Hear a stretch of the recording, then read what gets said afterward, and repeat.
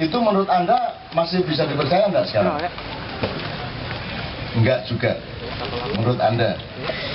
Sebenarnya kalau saya punya asumsi gini, kayaknya sih Sukrosono sekarang tuh pada pengen jadi Sumantri semua loh. Bener nggak? Nah, jadi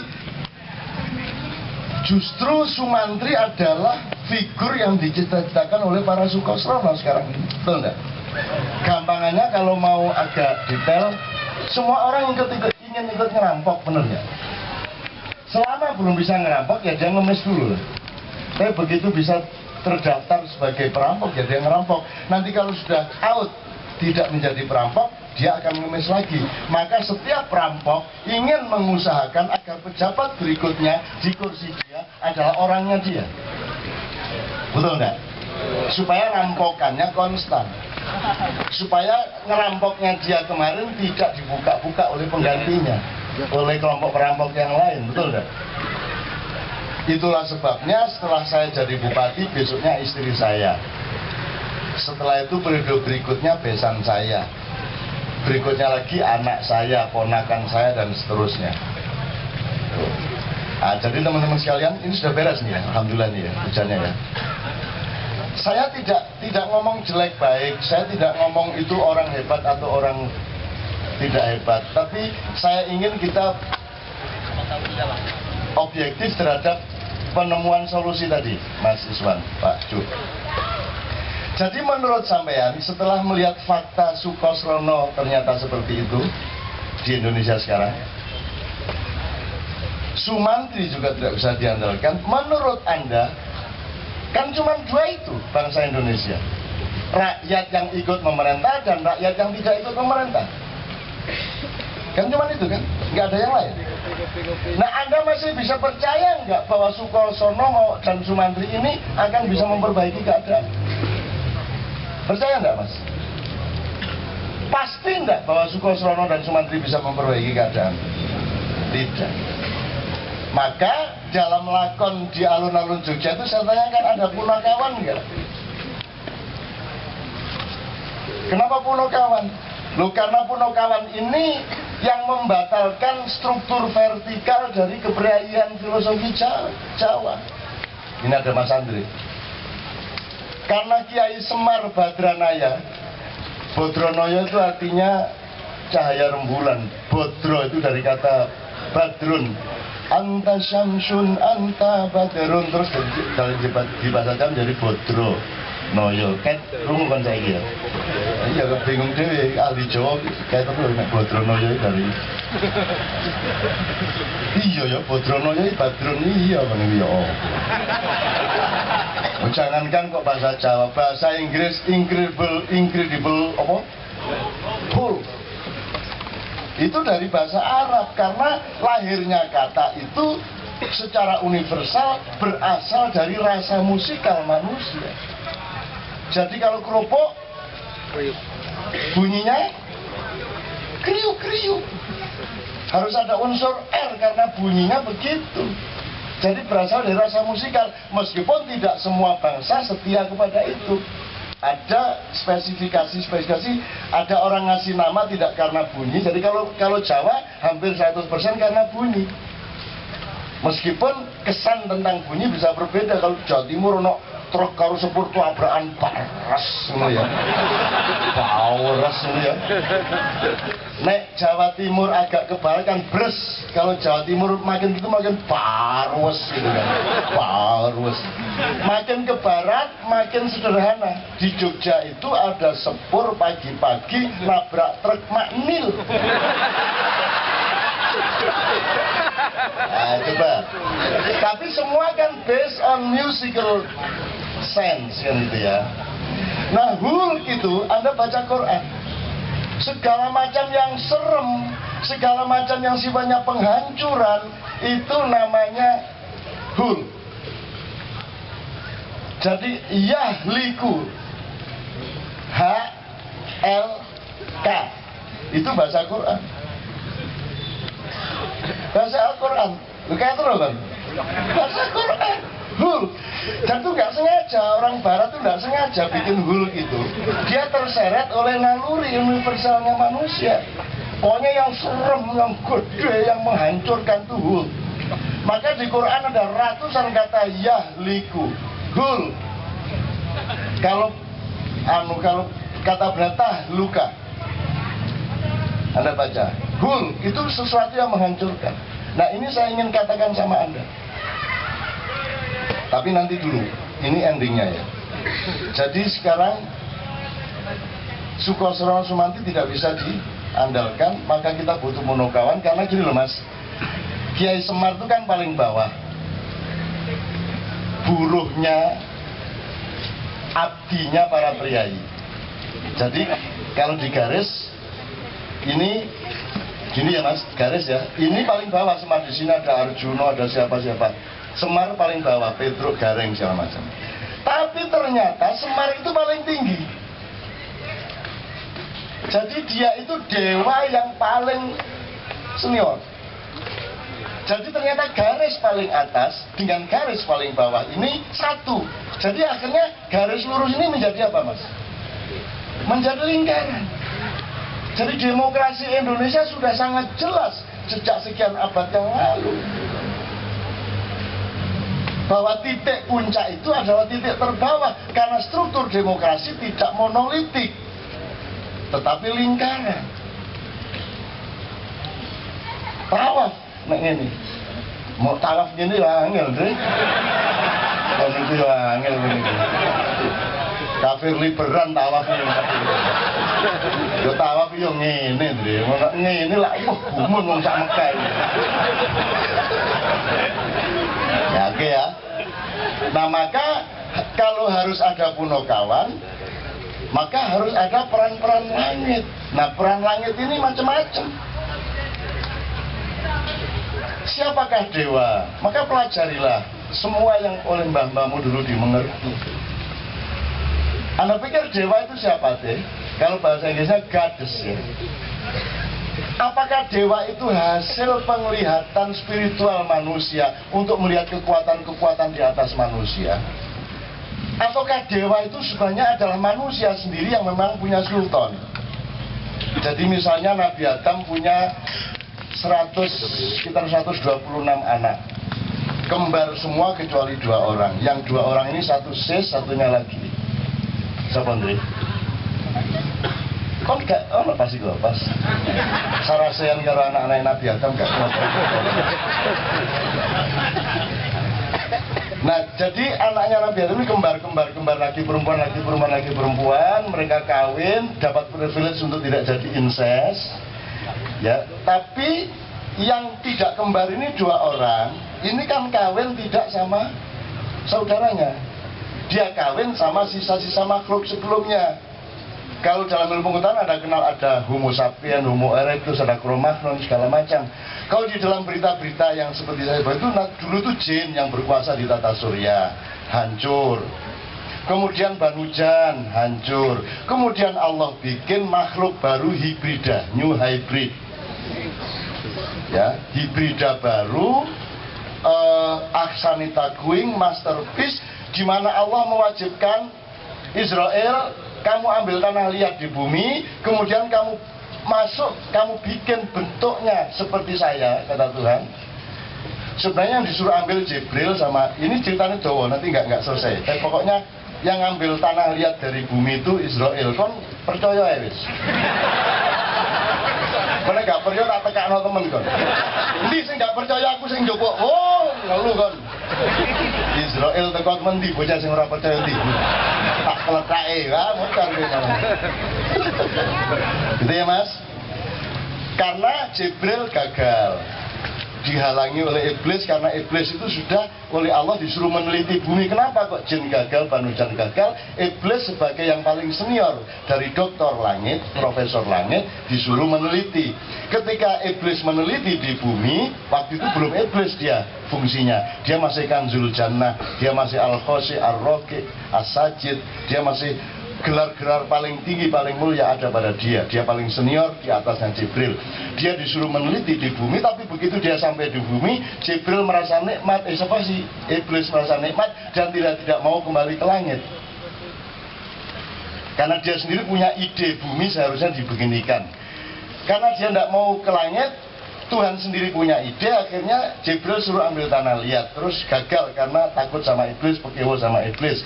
Mikael gagal, Israfil gagal, akhirnya Israel yang nekat ngambil tanah liat. Dari daerah Tangerang lah kira-kira.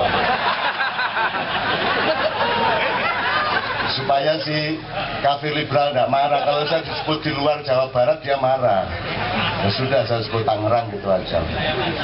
Wilayah Banten gitu, daerah netral. Daripada marah, kan Tuhan tahu maksud saya lah.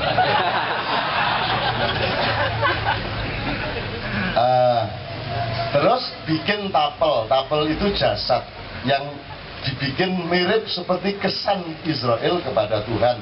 Ada kepalanya, ada hidungnya. Kemudian setelah jadi, Tuhan bilang, sudah kamu masukkan seluruh unsur jagat raya di dalam diri Adam. Terus diteliti lagi, semua yang pernah ada di jagat itu unsur zat dasarnya ada di dalam Adam. Apa saja ada di dalam Adam. Jadi hendaknya engkau tahu bahwa engkau itu makhluk yang paling sempurna. Apa saja ada dalam dirimu. Jadi jangan mau ditipu oleh siapapun, kecuali mempelajari dirimu dan mengembangkan seluruh potensimu yang luar biasa itu, melebihi jin, melebihi malaikat, melebihi banujan, melebihi macam-macam yang lain. Termasuk tidak usah takut sama Dajjal, tidak usah takut sama siapapun, karena kamu hibrida baru yang luar biasa lengkap. Begitu lengkap, diteliti, Tuhan bilang ya sudah saya verifikasi, sudah oke. Oke, sekarang taruh sini, kata Tuhan, sekarang saya akan tiup roh. Akan aku tiupkan rohku ke dalam tubuh Adam. Kemudian disitulah peristiwa wahing yang pertama di dalam kehidupan. Nah, ini belum tahu kerungu ini. Ini Pak Ju mandu-mandu ini. Jadi begitu ditiup oleh Allah, set, kepalanya terus aheng. Terus mulutnya Adam ini baru yang hidup, kepalanya dong. Alhamdulillah, mulutnya Adam mengucap Alhamdulillah.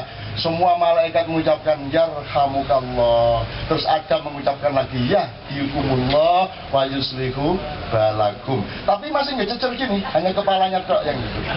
Terus Tuhan meniup lagi, oheng.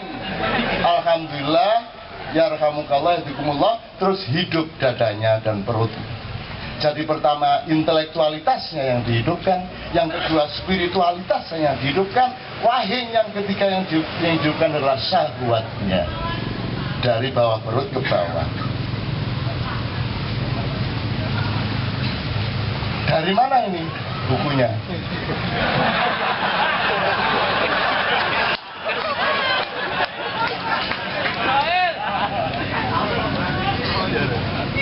Kafir menengah kan coba lemah. Ah gitu mas kalian ya. Saya ceritakan ini supaya Anda tahu. Nah, kemudian anak Adam turun temurun. Dalam wayang disebut anak-anaknya Adam dan cucu-cucunya Adam disebut Sang Hyang. Jadi kalau Sang Kuryang itu Sang Guru Hyang. Jelas ya? Sang Guru Hyang. Jadi Anda jangan salah sangka kepada berita pop mengenai Sang Kuryang. Harus Anda pelajari. Di sini tidak ada Sunda, tidak ada Jawa. Jauh lebih tua daripada Sunda Jawa, yang merupakan sentimen 6 abad terakhir sekarang ini.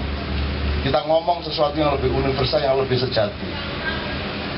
Nah, ada Sang Hyang Sis, Nabi Sis kalau dalam Islam. Sis ini punya anak Yazid Anwar, Yazid Anwas. Yang satu menurunkan manusia yang diasuh oleh Semar, yang satu diasuh oleh Togog. Nah, gampangannya gitu. Ini boleh Anda sebut simbolisme, boleh Anda sebut beneran. Tapi yang ingin saya katakan kepada Anda bukan itu terserah mau percaya atau tidak. Tapi saya ingin katakan sama Anda, setelah ada akselerasi populasi dari Adam ke anaknya, cucunya, dan seterusnya, kelengkapan-kelengkapan itu kemudian terdistorsi. Ada yang A, B, C, D, E, F, G lengkap. Ada yang bangsa yang kemudian yang tumbuh cuma A, B, C tok. Ada bangsa lain cuma D, E, F tok. Ada yang C, D, E tok. Nah, saya ingin bilang sama Anda bahwa manusia Nusantara ini adalah satu-satunya bangsa yang tingkat kelengkapannya paling tinggi di antara semua anak cucu Adam. Anda tepuk tangannya menunjukkan bahwa Anda tidak yakin-yakin amat dengan pernyataan saya, betul nggak? Terserah, nggak apa-apa. Tapi masukkan itu menjadi filemu untuk supaya kamu tahu suatu hari, iya ya, saya lengkap ya saya. Gini bisa, gitu bisa. Pas sembahyang, pas nyolong. Ya kan? Pas korupsi, pas umroh gitu kan. Pokoknya ada seksi masing-masing gitu ya. Dan pokoknya Anda punya kelengkapan yang luar biasa. Coba pelajari ginekologi, coba pelajari sosiologi, pelajari antropologi. Anda lihat kelengkapan Anda. Kenapa Anda terpuruk? Justru karena Anda lengkap. Dan sudah 6 abad ini tidak bisa memaintain kelengkapannya, tidak bisa menjadi subjek dari dirinya sendiri. Mending orang cuma dagang soto, konsentrasi ke soto jadi besar, daripada Anda bisa apa saja, dagang soto bisa, ngojek bisa, makelaran bisa, akhirnya nggak jadi semua. Nah itulah bangsa Indonesia. Wong bikin negara kok ikut pasar bebas. Lo kalau pasar bebas nggak usah negara, ayo bebas aja. Pasar bebas kok nganggo negara. Gunanya negara itu untuk membatasi pasar bebas supaya tidak menghancurkan rakyatnya. Maka harus ada regulasi ekonomi, harus ada pengaturan harga, harus ada pembatasan impor dengan berpedoman supaya petani kita sendiri harus ditumbuhkan. Wong berambang gak ono, dele gak ono kok malah impor. Mestinya kan menumbuhkan kemampuan kita sendiri. Gitu loh. Nah, jadi teman-teman sekalian, solusinya tadi ternyata Sukosrono Sumantri tidak mampu. Kita harus ngomong mengenai kemungkinan dari kemampuan-kemampuan yang lebih tinggi dari kita. Maka sekarang ada nggak yang ingin bermimpi ditemuin oleh Rasulullah? Hampir semua. Sekarang kalau nggak Rasulullah, cuman yang datang cuman Amr bin As mau tak? Wes nggak Amr bin As, wes Gus Dur wes mau tak? Mau. Udah lah, nggak usah Gus Dur, Mbah Surip wes, alhamdulillah wes. Mbah Surip wes. Ditemani Mbah Surip seneng tak mas? Saya nggak ngomong Rasulullah, nggak ngomong Mbah Surip, nggak ngomong. Yang ingin saya omongkan adalah, betulkah Anda tidak hidup bersama mereka lagi? Betulkah mereka tidak bersama kita lagi? Mereka tetap bersama kita. Masalahnya Anda tidak pernah dididik untuk mengembangkan kepekaan dan pengetahuan untuk kontak dengan mereka. Betul kan? Kalau saya ngomong gini katanya kelene, tapi cita-citanya ditemui Rasulullah. Akhirnya itu Rasulullah betul ya, terkesan seperti Rasulullah. Iya.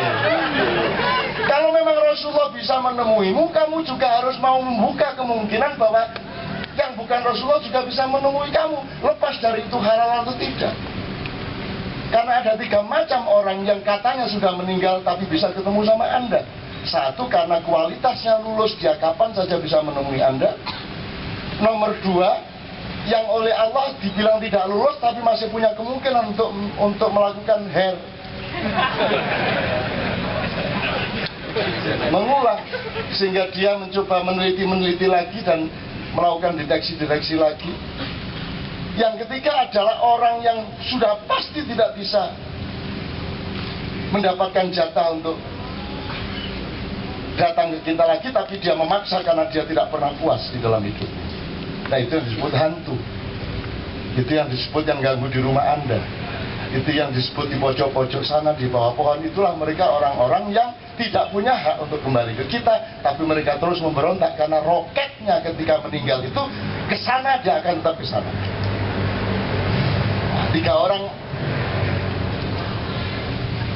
pojok takon, ini dari kitab apa aja? Ya kitab bahmu. Nah, kita habis menunggu percaya jubun, nggak percaya buahmu. Nah, terakhir, gini, teman-teman sekalian, dari seluruh kemungkinan, karena Sukosrono Sumantri, sekarang Tiwi Kromo saja, Kresno Duto saja, itu belum tentu efektif untuk keadaan Indonesia sekarang. Terus siapa yang mau TV Kromo itu Anda menjadi seolah-olah besar, terkesan raksasa. Jadi negosiasinya gagal, Kresna keluar dari keraton Astina, terus dia keluar menjadi raksasa besar, kan gitu kan? Nah, ketakutanlah si Duryodhana dan adik-adiknya yang 99 orang, akhirnya dia mau menuruti rekonsiliasi dengan Pandawa. Nah, sekarang kan Pandawa sedang terusir dan dia sedang ada yang berjudi, ada yang berkabar-kabar di hutan dan lain sebagainya. Maka teman-teman sekalian, sekarang ini adalah saat di mana Anda tidak peduli Anda tahu apa tidak masalah di Indonesia. Tidak peduli apakah Anda ini orang Indonesia atau bukan. Tidak peduli apakah Anda ini setuju sama pemerintahan atau tidak. Tidak peduli apakah Anda ini suka menjadi bangsa Indonesia atau tidak suka saat ini dengan fakta-fakta yang seperti ini. Tidak peduli apapun perasaan Anda dan pendapat Anda. Tapi ada satu yang pasti. Sekarang ini Anda harus merenung dan siap mengambil keputusan-keputusan yang mendasar dalam hidup Anda. Jangan lewat waktu. Apa itu masalah keluargamu, masalah dirimu, masalah bangsamu, tapi sekarang adalah saat di mana harus menyiapkan diri untuk mengambil keputusan-keputusan mendasar. This is about a time. 28, 29 my age. Ya. Jadi jangan ada, ini sekarang big deal. Your life is a real big deal sekarang ini. Pikirkan kembali semua urusanmu dan jangan sekilas-sekilas. Sekarang ini Anda harus mengambil keputusan. Ya, keputusan Anda boleh salah, boleh tidak salah. Tidak penting apakah itu efektif atau tidak, tapi Anda harus jujur dan tegas kepada urusanmu. Itu masalahnya. Nah,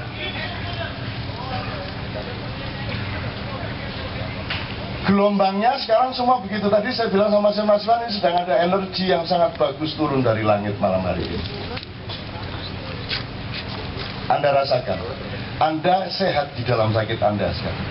Anda jernih di dalam keburaman Anda. Rasakan aja. Anda sekarang penuh semangat di dalam keputusasaan Anda. Jadi fakta Anda sebenarnya fakta yang menggelisahkan, tapi kok rasanya kok saya kok oke ya gitu. Ya, rasakan. Sekarang sedang turun itu, dan Anda dibantu Tuhan untuk mengambil keputusan-keputusan besar. Saya melakukan itu. Jadi tanggal 28 September di Kadipiro, saya akan nanggap wayang. Wayangnya bukan wayang seperti yang pernah Anda tonton. Dan wayang itu tidak seperti yang penghargaan UNESCO. Wayang itu bukan budaya folklore lisan. Wayang itu budaya sastra teks. Jadi wayang nanti di Kadipiro 9 jam dari setengah 8 sampai jam 5 subuh. Itu tidak bisa dikurangi satu kata pun. Fix seperti itu. Wiritannya atau mantranya sekitar 1 jam. Untuk apa? Loh kok Cak Nun kok wayangan? Saya diperintah Allah untuk menjadi manusia Jawa. Saya tidak berani membantah. Dan kewajiban saya adalah mempelajari nenek moyang saya, mempelajari filosofi bangsa saya, supaya berguna untuk orang-orang seluruh dunia.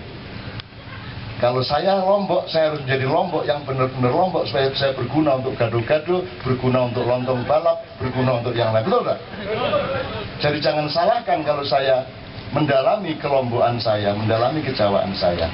Dan jangan takut saya menjadi Jawa terus tidak Islam. Siapa bilang Jawa sama Islam itu sesuatu yang berbeda?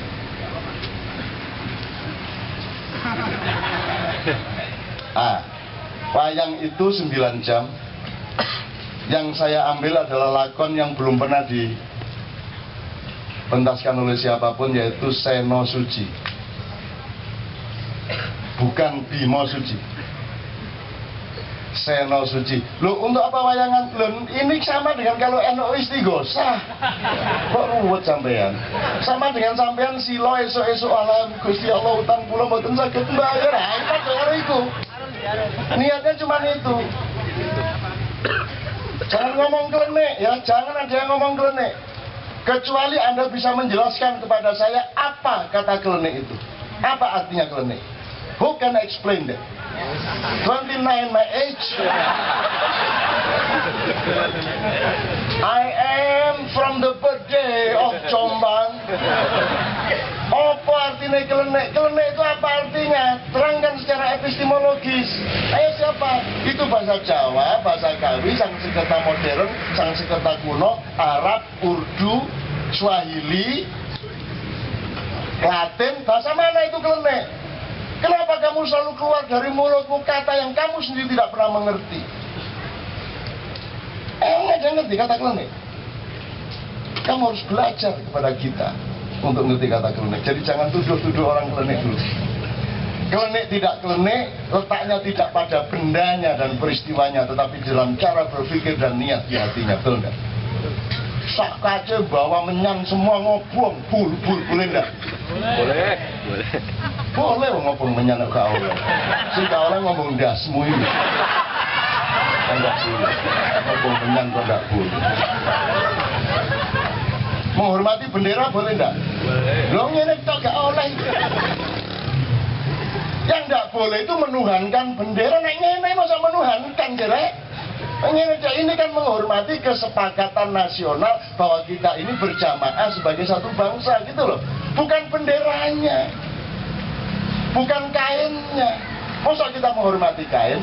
Emang kamu haji tawaf itu menyembah Ka'bah? Kan enggak. Kamu cium hajar aswad karena kamu menyembah hajar aswad. Karena kamu senang nyium batu. Ngapain jauh-jauh ke Mekah seneng nyium batu? Cari di sungai di belakang rumah. Ambung ono benesuk. Ulet-uletan kono. Jadi banyak orang yang pikirannya tidak bisa jalan, tidak mengerti bahwa sepak bola itu permainan gitu loh mas. Allah mengatakan innamal hayatud dunya illa laibun walahun. Jadi permainan itu tidak apa-apa asal jujur dan serius. Kalau diurusin benar sepak bola itu kan ya permainan. Namanya juga permainan, jangan dituntut dengan parameter yang bukan permainan. Ini kan dulu sudah saya pernah bilang, si Beben ini kan juara Asia ini waktu umur 16 tahun. Bulu tangkis. Nah saya itu jago bulu tangkis sampai umur 13 tahun. Setelah itu saya tidak mau lagi main bulu tangkis. Karena saya anggap itu bukan olahraga, itu penganiayaan. Nah ya apa, saya lari ke sana gara-gara dia kasih kok ke sana. Terpaksa saya ke sana. Dia lock, saya terpaksa begini. Wah begini. Kamu memaksa saya kamu ya. Saya ini mau olahraga. Kamu nyuruh saya lari ke sana terus main netting gini. Semau-mau saya, mau netting, mau ngobrol, kamu yang ngatur saya. Nggak mau akhirnya saya main kan gitu. Loh, jadi ngerti ya bedanya permainan sama. Jadi kalau orang nggak ngerti empan papan, nggak ngerti makom, tidak mengerti tempatnya, itu sama dengan orang ngukur airmu berapa meter. Loh ya apa banyu kok berapa meter? Ya berapa liter nek banyu itu? Kan gitu. Banyak loh orang yang nggak ngerti bedanya satuan-satuan. Nah sepak bola itu jangan dimarahi. Tidak ada nabi yang main bola. Tapi tidak apa-apa main bola. Meskipun lucu, nabi-nabi yang ya cekikian. Nabi Musa itu loh. Nabi Musa itu badannya kecil, tapi atos kecil kayak ini si kafir liberal ini. Sehingga dia ditakuti. Nabi Musa itu kecil tapi kok hebat melawan Fir'aun, sehingga ditakuti oleh Raja Arkia pada waktu itu. Terus Raja Arkia gimana ya caranya supaya bisa merayu ada seorang sakti Mondrogo namanya Resi Baluma. Resi Baluma ini yang kira-kira bisa mengalahkan Nabi Musa. Nah Baluma ini didatangi oleh 6 orang yang membawa emas berkilo-kilogram, permata, berlian segala macam. Kalau kamu kamu diminta untuk menolong Raja Arkia, kamu dikasih hadiah ini. Si Baluma dia bilang, loh saya pertapa, saya tidak butuh dunia. Ya, terus 6 orang ini kalau tidak berhasil merayu Resi Baluma, dia akan pulang dipenggal kepalanya oleh Raja Arkia, gitu kan? Maka dia kemudian cari cara, dia temuin istrinya Resi Baluma. Istrinya seneng dikasih emas permata segitu banyak. Terus Balumanya ngelihat saya dikasih bilang gini, ya tapi saya memang dari dulu ngajak istri saya itu sengsara terus. Ya sudah tidak apa-apalah, sekali-sekali dia supaya senang. Nah, kalimat dia itu membuat dia batal pertapaannya, sehingga iman dan ilmunya Resi Baluma ini oleh Tuhan dimasukkan ke anjing yang namanya Kitmir atau Ar-Raqib, dan anjing itulah yang menjaga Ashabul Kahfi, karena Ashabul Kahfi adalah 6 orang ini tadi. Menurut cerita nih, saya kan waktu itu ngawal.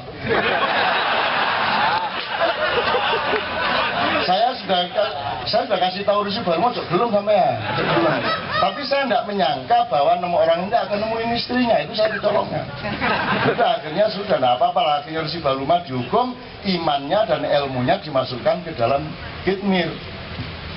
Nah, ini dramanya sedang kita kerjakan yang berjudul Kekasih Anjing. Selama ini kita sebut tafakur anjing. Saya takut kepada orang yang takut kepada bahasa Arab, sehingga saya universalkan dengan judul yang tidak pakai tafakur tapi Kekasih Anjing.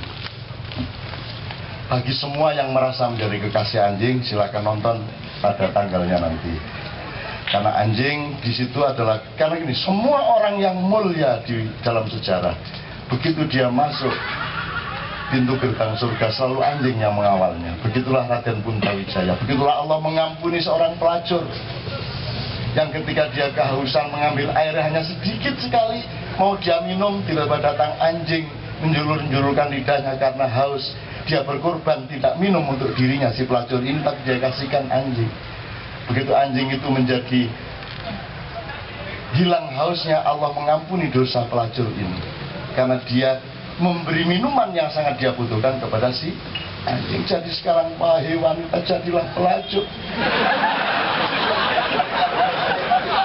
Melacurlah. Nanti setelah 10 tahun carilah seekor anjing yang sedang kehausan dan berilah dia minum. Gitu. Nek kiai gendeng ngomong begitu. Anjing itu bapaknya Sang Goryang, Sang Guru Hyang. Oke. Ya, itu sangat tidak mengherankan. Jadi Anda jangan pakai frame Anda lah kalau memahami hidup ini. Belajar terus lah, framemu bisa berubah tiap. Dan sekarang ini in about time to change. Anda harus mulai mengambil keputusan supaya Anda bisa menghancurkan dirimu yang sekarang menjadi dirimu yang besok. Relakan beras. Apa kehilangan beras karena jadi nasi. Itu loh. Yang disebut Yaumul Qiyamah itu adalah kehancuran beras, kebangkitan nasi. Banyak orang takut kehilangan beras, maka tidak pernah dapat nasi. Ngerti ya? Sederhana sekali. Banyak orang takut kehilangan beras, akhirnya tidak pernah dapat nasi. Jadi Anda jangan takut, yang namanya ruwatan dalam bahasa itu artinya penghancuran. Tahlukah dalam bahasa Al-Quran. Penghancuran. Kamu harus berani menghancurkan dirimu yang hari ini supaya engkau menjadi dirimu yang besok pagi. Kalau kata Krishnamurti, engkau mati setiap detik dan engkau lahir pada detik berikutnya. Ngono lho ceritanya. Nah, jadi dan ini waktunya sangat strategis untuk itu, Mas. Sambil nanti saya akan melansing dibukanya Quran kuno yang ada di tangan saya untuk diupacarakan bahwa kita ingin menjalankan amalan untuk memelihara Quran sing wis protol-protol, Mas. Quran tulisan tangan yang kuno banget lah. Nah, terakhir sekali saya kembalikan kepada Juggernaut. Siapakah yang akan menjadi Krishna Duta? Dan apakah itu merupakan solusi bagi masalah-masalah di Indonesia? Apakah diperlukan seorang raksasa di Indonesia? Saya cuma mendoakan mudah-mudahan gini, apapun keadaannya, hidup Anda diberi kemudahan oleh Allah. Di semua urusan Anda, sehari-hari pagi dimudahkan. Siang agak sedikit sulit, tapi kemudian diberi kemudahan yang lebih besar. Bener rek? Ojo mudah terus nggak enak. Ada sulit dikit, terus mudah lebih besar lagi gitu loh. Hidup tuh gitu. Jadi nggak boleh masuk terus, harus masuk keluar, masuk keluar. Itu sifat kehidupan. Tapi kan konsepnya nggak melebu terus lah ya, jebol. Supaya bisa masuk harus keluar. Kan begitu. Jelas ya. Nah, bagaimana sih gini aja nggak paham? Lah iya. Kalau Anda tidak mau keluar, tidak bisa masuk. Tapi kan konsepmu kan masuk ke. Nah itu salah ndek kuno.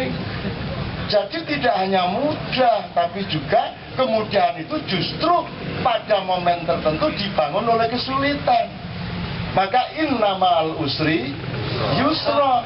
Bukan sesudah kesulitan ada kemudahan, tapi bersamaan dengan kesulitan sudah ada kemudian, tinggal kamu mainkan.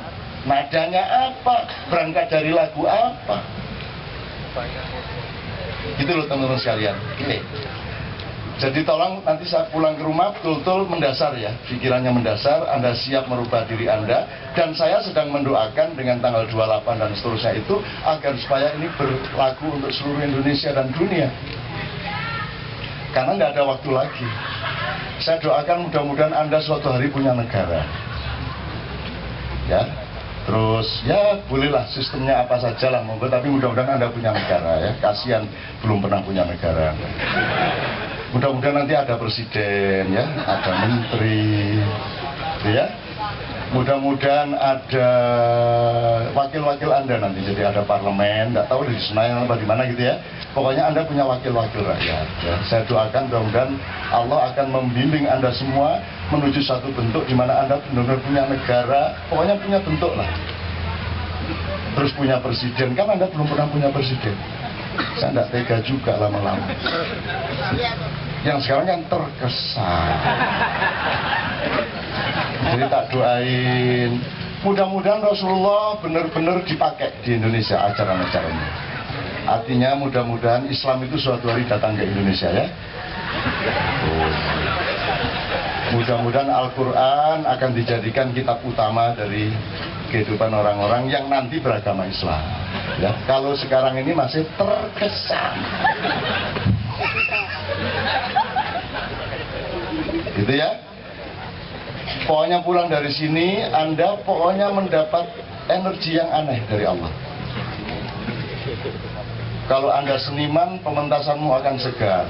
Kalau Anda pedagang, kelihatan, ya Allah, tes, jadi. Jadi. Apa?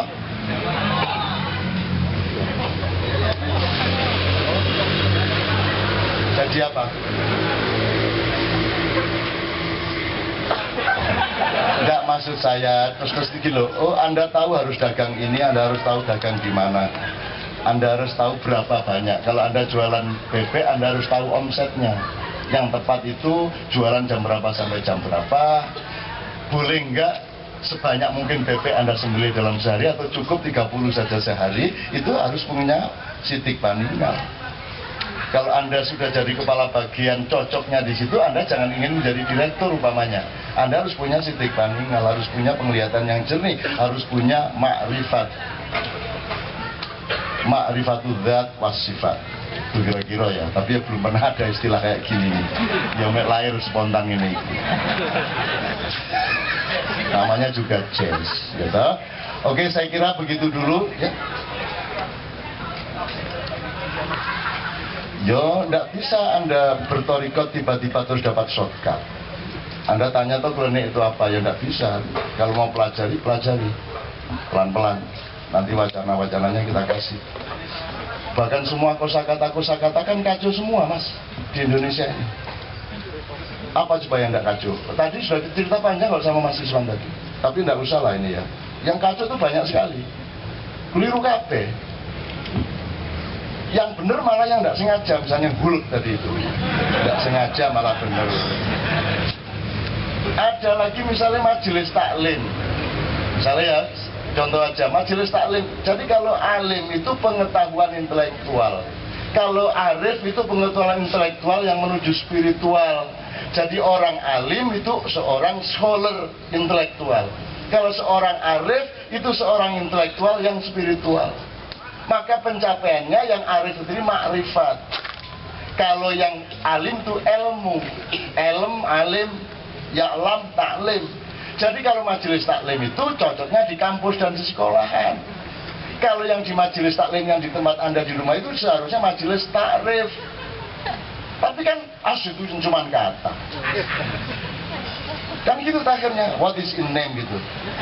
Akhirnya terus saya cerita kemarin karena saya sama teman-teman Merpati, tak ceritain dulu Merpati ketika dibuka kantornya, dia kan penerbangan perintis ya, dibuka di Makassar. Wali kotanya waktu itu Daeng Patompo itu wongi rodok lali-lali ngono kan. Ini jadi saya buka ini, dengan ini saya resmikan, ini kantor Tekukur.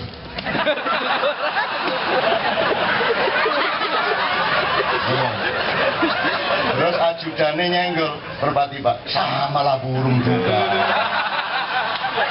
Loh kalau kata-kata disama-samain semua dianggap tidak penting ya sudah, kalau gitu Islam boleh, Kristen boleh, Buddha boleh.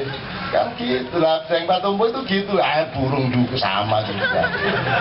Jadi ada Tekukur Airline ini ono ya.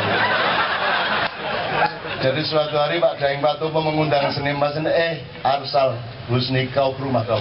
Kalian ke rumah kau. Itu istriku, ibu wali kota, itu kalau bikin bubur kacang hijau tidak ada lawannya sedunia. Kau datang kan, sore ke rumah, ayo semua rasakan itu masakan istri saya. Datanglah 6 orang sore. Pak Patompo sedang makan bubur itu dan lupa bahwa dia tadi ngundang untuk makan bubur itu. Dia habisin itu buburnya. Terus seniman ketua Dewan Kesenian, Daeng, mana buburnya ini? Ibu, buburnya mana? Loh sudah bapak habiskan, kata ibu. Ya sudah beli sana beli. Loh kesini katanya disuruh merasakan hasil masakan istri Pak Patompo, kok sekarang beli sama aja bodoh. Loh ini caranya. Itu asik itu, memang gitu tenang dong ini. Gini kan mau Indonesia kan sudah kayak gini semua kan? Udah pada kayak gitu semua. Arsal, sini Arsal, kau bikin puisi. Ini ada pertemuan sastrawan se-ASEAN. Saya tidak mau membuka dengan pidato, aku mau baca puisi. Jangan dipikir cuma kalian yang bisa baca puisi, aku wali kota bisa baca, bikinin puisi aja. Terus digayain puisi. Terus pembukaan dibacakan puisi. Yang bikinin Arsal Al-Habsyi, bapaknya Ustadz Agus Al-Habsyi. Aku dibaca mas ya. Begitu selesai baca, Arsal sini Arsal. Kau pikir cuma kau yang bisa baca puisi? Kau pikir cuma kau yang bisa bikin puisi? Kamu lihat sendiri, aku bikin puisi, aku baca. Yang baca ya, saya nggak bayar Arsal ya. Lo yang bikin puisi itu yang dipaneli. Iya apa coba? Lah, ini kan kacau ya. Ya itu orang Indonesia sudah sampai ke situ. Makanya baru 29 loh, sudah kacaunya kayak gitu. Oke. Sekarang musiknya apa sekarang musiknya? Melayu lagi ya, 2-3 lagu ya. Setelah itu kita tanya jawab, tidak ada masalah. Tepuk tangan untuk teman-teman. Jangan lupa mendasar.